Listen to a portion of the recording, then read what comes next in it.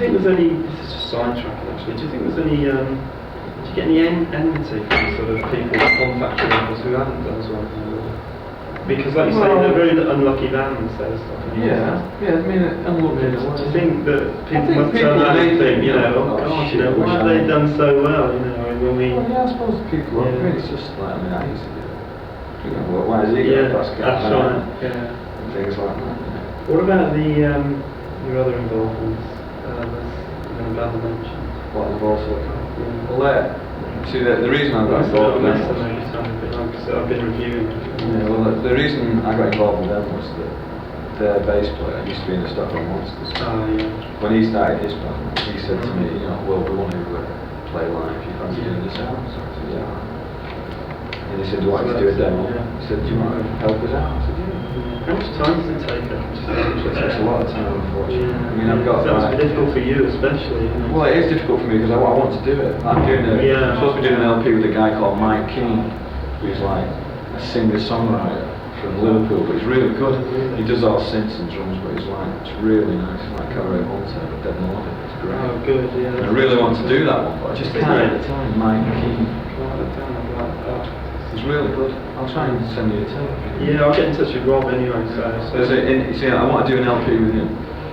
And I want to do the Stockholm Monsters. Anything like that comes up, you see, I like to get in and do a review for the enemy anyway. Well, I think that Mike King will be really good because he is really good. Yeah. He's quite a character as well. Can you just, as I said, there's not many more actually. Just what I was going to ask you about was the re-release, Love the Terrace Apart.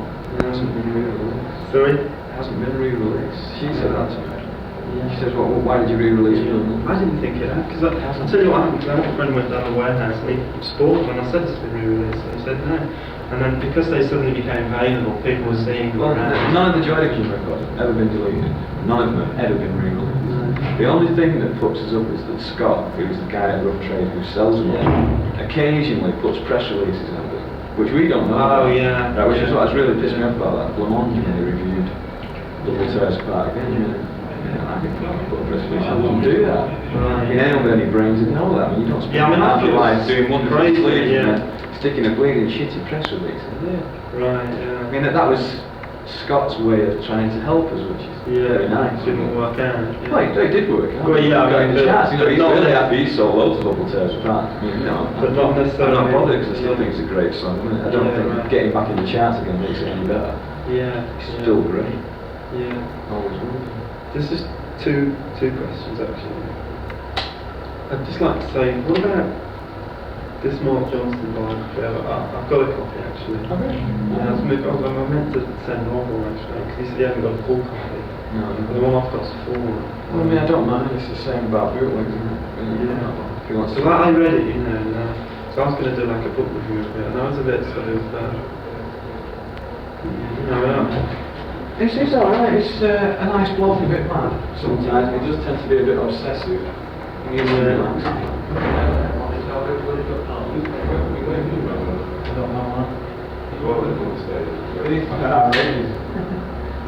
This is your guitar tuning roller. He's not giving me I'm in the band, right? I'm not. We're sound checking at the moment, so I'm not going. Maybe you can sort that out for us. Like you can find out, I'll send him to get him or whatever. There's only one more question actually, so I won't keep you too long. Yeah, no, I was just talking about the Mark Johnson thing because I've been talking to Rob about it, you know, because it's obviously unofficial. You know, I mean, the impression I got from the book was that, you know, it's sort of, it makes, especially Joy Division, not so much in order. In fact, at times I think you know, his obsession, which I think it is, you know, is clearly, I think, with Joy Division, it's best in New Order. I mean, he still comes to every concert, he's still got to have every piece of information. But I found it a bit nauseating when he was going through this sort of obsessive thing, you know. And he's obviously got no direct contact with the band, or it seemed that way.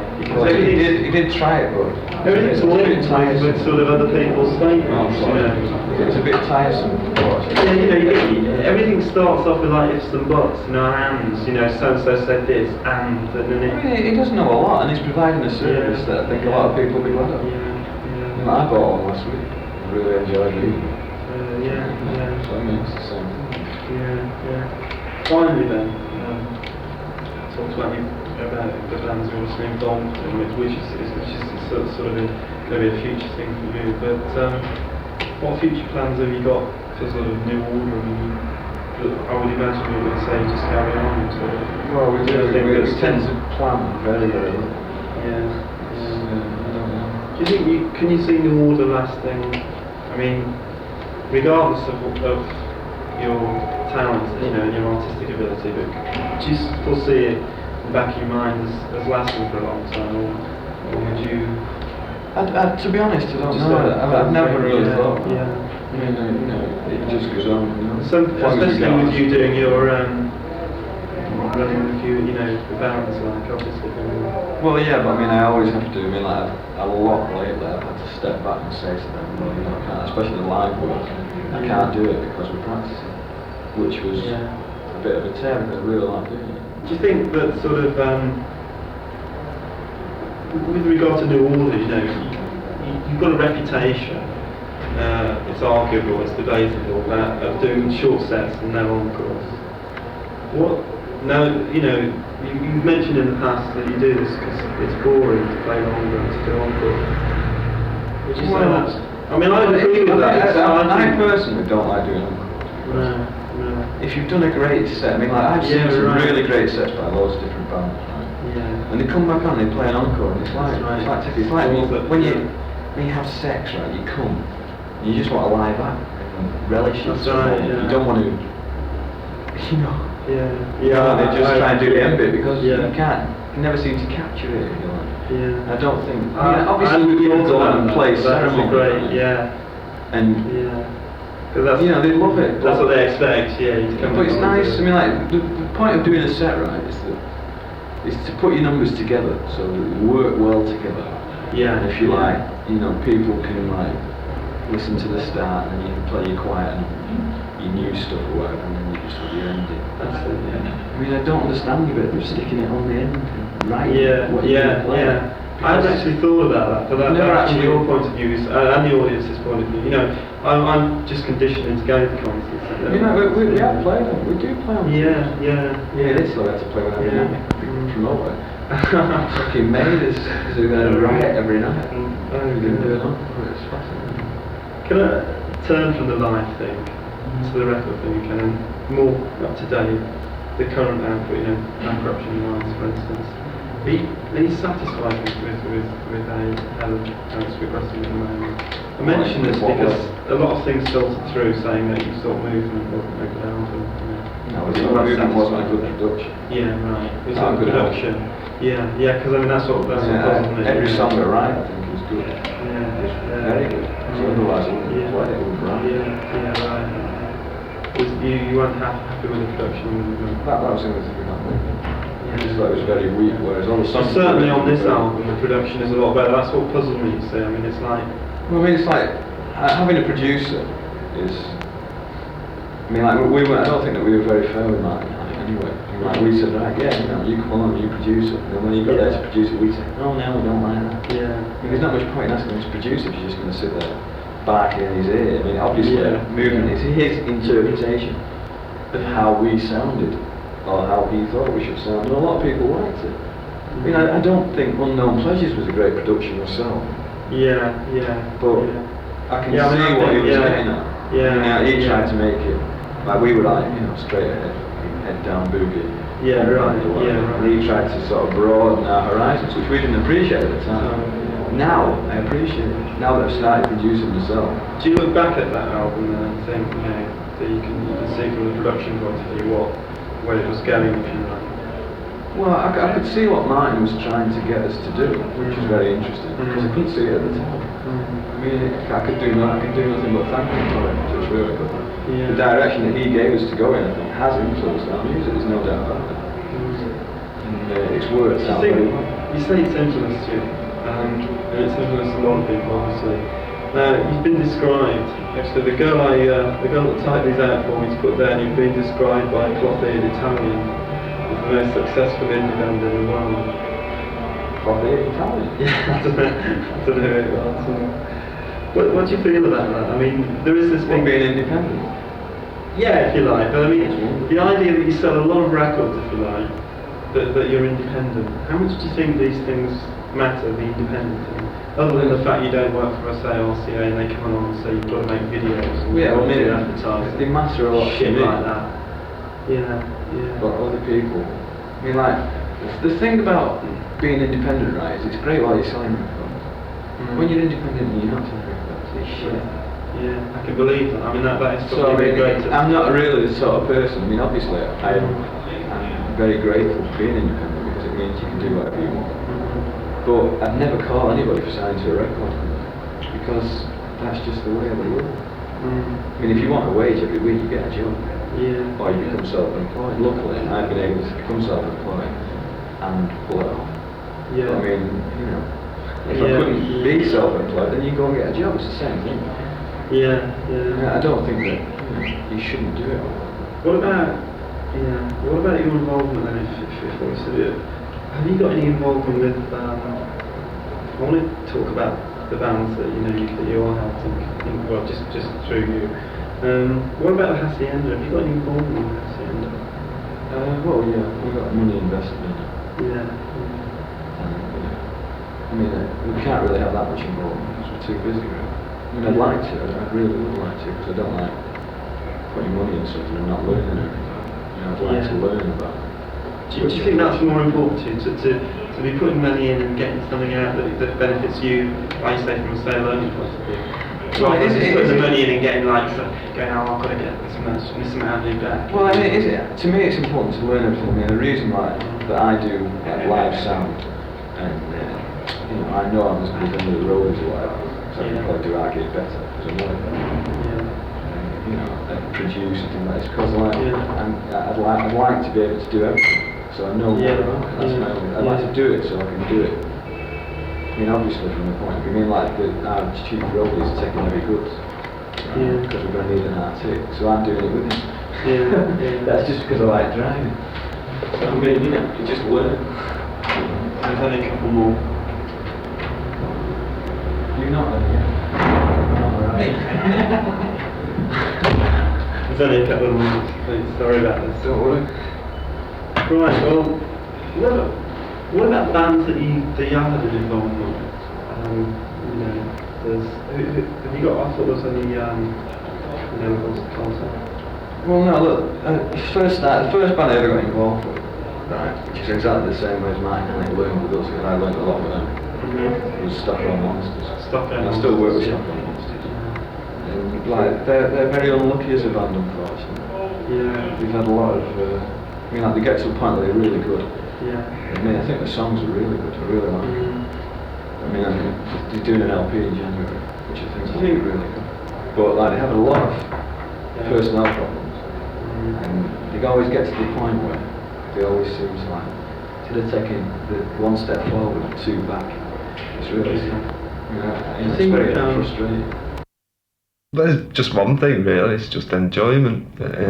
It's just you get a lot of pleasure and satisfaction from writing a piece of music, playing a piece of music, recording it. I mean, you get a lot of frustration as well.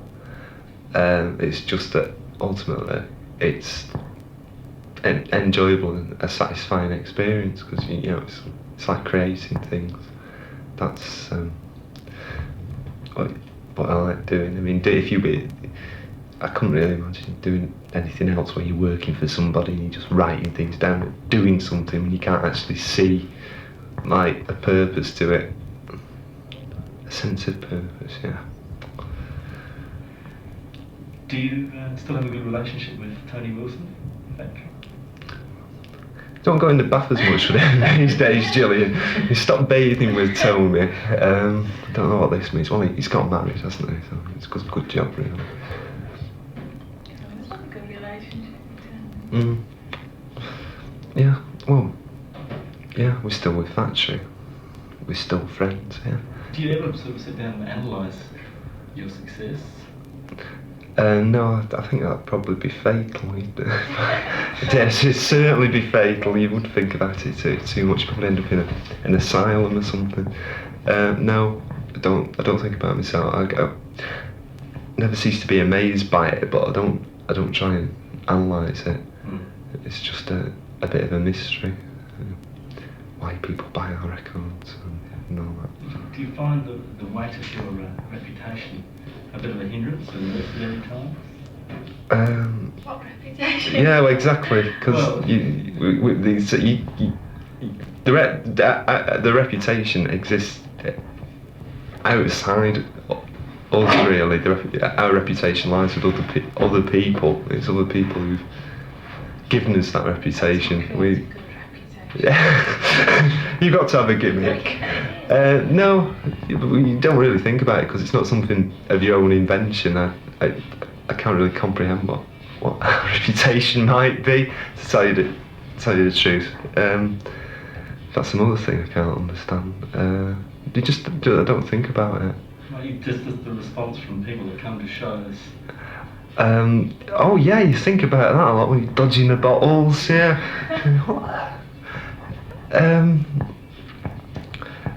No, I thought you meant something a bit heavier than that, actually. That comes out. Yeah.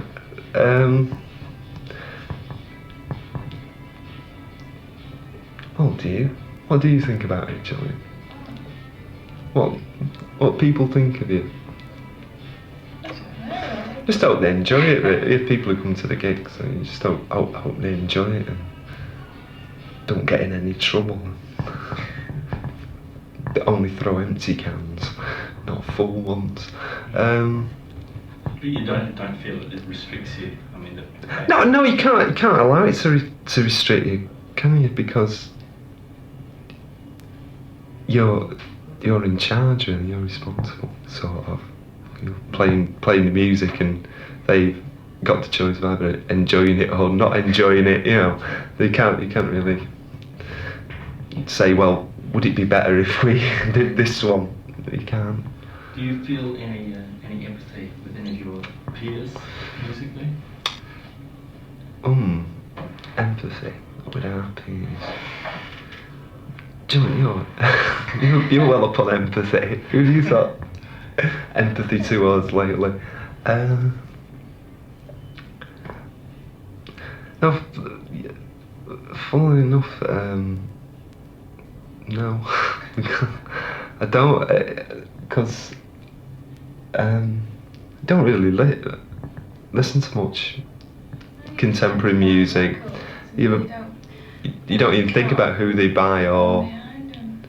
You just think about the record and the end of it, really. You know, the bands you used to like about it split up. Oh, something, yeah. Oh, yeah, most of them haven't they? Because something like, it depends who our peers are, really. When we started off, it'd be sort of buzzcocks, wouldn't it? People like that. The punk bands, which seem to dissipated a little. There's not many left, is there? No. The Banshees, I guess. No, the Clash is still going, but oh my god. Yeah, the Banshees. The Damned, maybe. The Stranglers, they're still going. They're good, the Stranglers. I quite like that. They get a lot of stick as well for these. They're very unfashionable, the Stranglers, but I think they always have been. That's the appeal, really. I think they'll be in Australia the same time as you. Oh, great, we can go and see them. I went and interviewed them about 3 weeks ago. Mm. And they said that they'd be there in May. Oh, So, right. We can go and nick their beer as well. Oh, they'll probably be nicking ours, so we might as well return the favour. Are you interested in making any further inroads into the USA?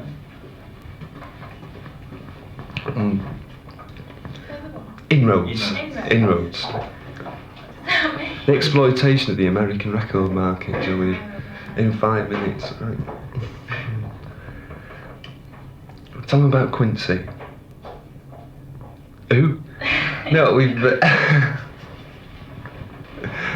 no, we've just done a deal in America with Quincy Jones's record label Quest, because it seemed like a good idea at the time. No, I did a lot of American record companies have been bugging us for a long time, minding us to do something. Every time you go to America, you get all these record company people pestering you and stuff like that. Well, not pestering you, being very nice to you. It's quite good, all the free meals and everything. But you can have too much of a good thing. So we decided, well, Quest was a small label starting up, and also an all-black label at the moment, so I'm told. And Quincy Jones seems an alright bloke. Quite like the stuff that he's done. But yeah, we never really. Yeah, we tried doing it along similar lines to factory over here, but it didn't seem to be too successful. Not that you're really bothered about the success, but the people who were doing it were, you know. So yeah, it just seemed, I don't know, a bit of an easy thing to do, but not with a really big label. It just seemed right, because you could see some sort of parallel between what Quest were trying to do and what you were trying to do, really.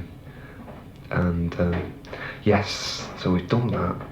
And so does this mean that we'd sell millions in America? I don't know. Does this mean that Quincy Jones may produce a New Order record? Who knows? Who knows? We certainly don't. Yes, it's an intriguing idea, isn't it? Yeah, it'd be very interesting.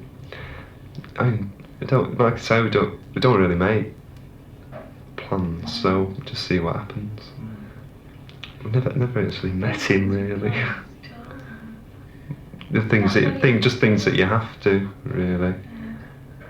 Like gigs in England, we just sort of, when should we do some? And we sort of do one-offs. Yeah, you seem to play fairly low-key dates, or else, Yeah. or else unusual places. Yeah, both of those two.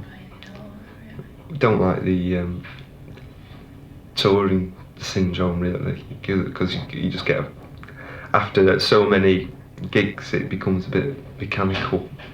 But unfortunately, it's the only way you can afford to do it in Australia and Japan. And have a cig, Rob. And places like that, so you just got to grin and bear it, really, because I mean, otherwise you won't. This man forces you to do it. Yeah, I'm made to do it at gunpoint, dragged onto the plane, screaming. No, but I mean, it has some compensations in the fact that you're going to somewhere where if you were, I don't know, a normal person, if that's the right word, you wouldn't have a chance to go to, really. Yes, fun, travel. See the world, it's what it's all about. Okay, the new album, is it a cheerful record? Hilarious. No, I don't know. You might find it cheerful. I don't know. Okay, in what way is it a progression from Power, Corruption and Lies? It's 2 years later. I don't know. I can't really describe it. It's quite wide-ranging, shall we say? Yeah, wide-ranging. It's got something for everybody. It's got soppy moments. It's got, what do you call it? Nerve-tingling moments. It's got the lot somewhere. But no, I'm not saying this so people have to rush out and buy it and find out what it's like. I genuinely can't describe it. But yeah, I mean, You're happy with it anyway. it is, and you feel it's a definite progression on. But in what ways? I think, like, have you become more involved with electronic instruments, or is it more different production style, or what? No, I'd say we've become more proficient in production, which may be a bad thing or it may be a good thing. And also we could spend more time on things. I think we probably spent more actual time on this record than we've probably done on any record, and certainly the sleeve designer spent more time on this than he's probably spent on anything in his life. But the equipment's more advanced. Yeah. We started off with one sequence. And then we got the Simple little sequence, and now we've got... we had two simple little sequences, and then we've got a mega sequencer. But the thing about electronic stuff is you can do things with it that you can't do with acoustic instruments, and vice versa, really. That's why we try and do both things. And it's strange that, like, people always think of you as a synthesizer band or something like, you know, and in a way it does annoy me that people sort of going on to calling synthesizer music when there's a place for everything, really. I believe, it's like anything. You can't say all synthesizer, anything with a synthesizer, and it's bad. There's good things and bad things. It's like not everything that's got guitars in it is great. And that's what it's like we just try and use both things. There's a sort of time delay apparently on everything that New Order does. It comes out a year after you've done it. But it's really strange because we haven't. Honestly, we've been really busy. It only seems like we do nothing. We do loads. Because you can pull that open, can't you? Yeah, I can. Pretty much. What do you want to do? Between the knees. What's stronger than me? You don't want a glass? Yeah, okay, I'll have a glass. Would you like to be part of that?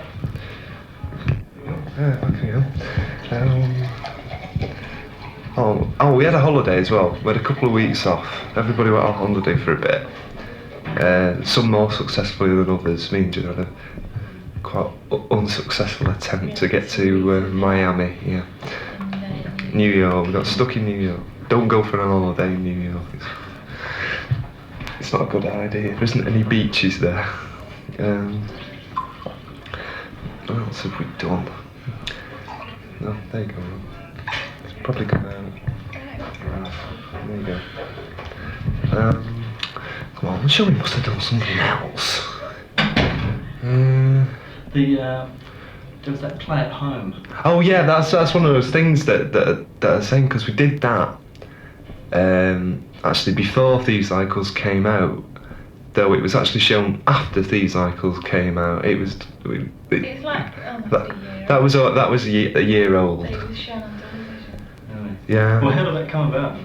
Well, that was funny. You should mention that we did it here in this very studio. What happened was RPM, this production company for Channel 4, came up with this idea that instead of doing programs with groups in them, they'd ask groups to make a program, and you could do whatever you wanted, really, rather than just farming out a few videos. You got involved with making a program and deciding what you were going to do, which was very interesting. It was like you can do what you want, but it's a gig, and the rest of it is up to you. So bit like being at school, isn't it? Your project for the holidays. No, we just did an in-depth analysis, in-depth documentary, straight to the heart of the matter, no messing about, on the factory. It seemed like the easiest thing to do, really. I think. I seem to recall one scene of it with Tony Wilson in the bath. And yes, and you joining him. Yeah. Joining, yeah, that's right. Getting over it. I'm just now. getting. Recovered. Shortly afterwards, we went out and bought a bath the same, so we didn't have to moan about it. Yeah, it seemed like a good idea at the time. Plus, the water kept going cold. Oh yeah, it was very interesting because it showed, like, we've done stuff before, like Factory've got a lot of video stuff, but they were doing on like film, and I'd never had any experience of like film editing and the way people went about playing with film and the way people made a proper television program. So it was really interesting. Does it give you inspiration to do more things of that nature? Well, we've just done a video. Film, it's not a video, it's not a video. That was quite exciting, really. It was, yeah. Quite different. That's what we're doing now, finishing it off. Yeah. Trying to finish it off. So did you direct that yourselves? No, we had an American director, Jonathan Demme. We had. He's the guy that did the Talking Heads film. Oh Yeah. God, we don't have to say. Yeah, yes, yeah. Yeah, he did that. And we had a French. Lighting cameraman Henri Alocon, who did Beauty and the Beast and all things like that. It's this really sweet old French guy. He's great. He's been doing it for years. Just really nice. Someone who's obviously been around a lot and who's really into doing it. Like, you'd think, because we were doing it live and we were going through the song a few times, and it's pretty loud. You think, oh my God, the guy's got to have a heart attack or something. Yeah. No, but it was really nice. Knew what he was doing as well, which was handy. Okay, you mentioned a new LP. What's that called? The LP is called Low Life. And that comes out very soon in England, is that right? Very soon. Yes. Soonish. Yeah. And that was recorded in Germany, is that right? No. No, it's never been recorded in Germany. God, if it was recorded in Germany, it would have been out about 3 months ago, mate. Everything runs on time in Germany. No, I'm afraid it was recorded in Islington. Nowhere so exotic. Self-produced again? Yeah. Yes. And we did a single at the same time, which should be out. Law of Averages about the same time. That's again we produced ourselves. Yeah. Is that on the album? Yeah, but it's a different version. In an altered form. Yeah. Yeah, shorter. A slight compromise. No more collaboration with Arthur Baker. Arthur Baker. No, Bob Dylan's taken over from us. Arthur's too busy with Bob Baby, so he couldn't squeeze us in. Have you ever tried squeezing him in Arthur Baker? Wow. That needs 2 cabs. No, the Arthur Baker thing was a one-off, really. It was just what he's doing. We heard his record before that, and we wanted to work with him. Unfortunately, so it's become really hit now. Everybody works with him, but that was interesting because he works in a completely different way to the way that we work, and that's always good fun. Find out how somebody else goes about it. Yeah, but no, we don't really make plans. Actually, I should say this. We don't really make too many plans. Things just sort of seem to happen. Like this song just seemed to happen like 5 weeks ago. Well, that was my question. Yeah. Why go to Australia This time, yeah, that's a good question. That is a good question. I don't know. Find someone else. Well, no, I don't know. We liked Australia last time. I thought it was really nice. And then that was in summer though, so I was a bit worried about it not being as hot or something. Unfortunately, we've not got any time to go to Bondi Beach, which is a shame. Because like last time, we were quite fortunate, we had a lot of time on the beach. This time it's a bit different, there's a lot of flitting about. But I'm sure we'll get down there. I'm sure we'll get a bit of sand in our suitcases. Sand kicked in our faces, yeah. Well, basically, you're looking forward to going back. Just, Yeah, of course. Some of us are. Some of us are, yes. Some of us are. have you got any expectations again on that? I should think we'd get quite a lot of tins of Fosters on the ride. Expect that. Swans, Tuies, yeah, 2 tins of Tuies. Not really. Don't really expect anything. No. No, it's it just seems to happen. And hope everybody enjoys it and nothing goes wrong. No great expectations. Okay, to change the topic slightly, do you find it complimentary or do you find it insulting when other bands rip off your ideas or borrow from A bit of both, really. I mean, if it's not really obvious, you feel a bit mad about it, but generally, no, because it's just interpreting their idea. It depends what you mean though, because you mean cover versions or just I've heard that riff somewhere before, that sort of thing. It's quite it's quite funny, yeah, I'd say it's quite funny. Because like you yourself have sort of probably derived at that from a number of sources. I mean, let's face it, nothing is truly original, and it's just I just think it's really funny that the people who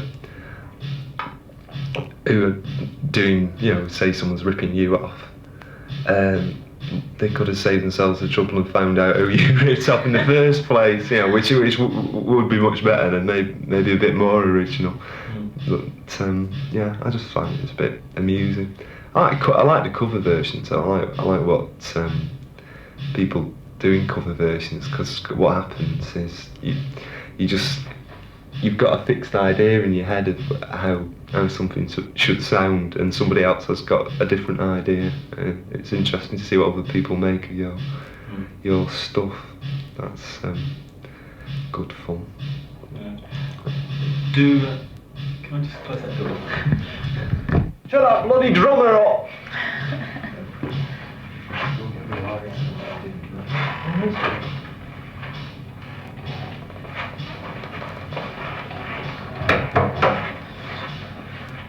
There'll be a glass door It is too. on the studio floor, then actually.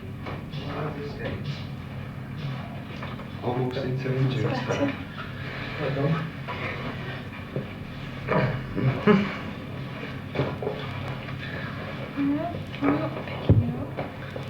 You're not going to Australia. That's it of yours? Yeah. Very good friend. Very good friend, very good friend. That's what I like about Australia, the warm welcome you get when you get at the airport. You just have It starts 36 freezing. hours on the plane and these blokes come on and spray you with disinfectant. I think that's great. You know, welcome to our country, but don't spread any diseases. You know, take a few back as a souvenir, but don't bring your own. Right, do you find the same things motivating you now as when you first started playing music? Yeah. Same basic things. Mm. It's just that now it's become a full-time job. Before, it's always been a full-time job for me. It's always been a full. But before, when you had a job, we used to do this as well. It's a bit harder. But now you just do this full-time. It's sort of it's transcended from a hobby to a. to an occupation, but it's still fun, really. If it ever, you know, if it hadn't got the same appeal for you that it had when you started, then you know, you very quickly get fed up with it. I think, because you've got to be interested in what you're doing. You've got to be, I don't believe in it or whatever, but there's got to be something. Otherwise, you might as well not bother. You just fooling yourself. You could be doing anything really.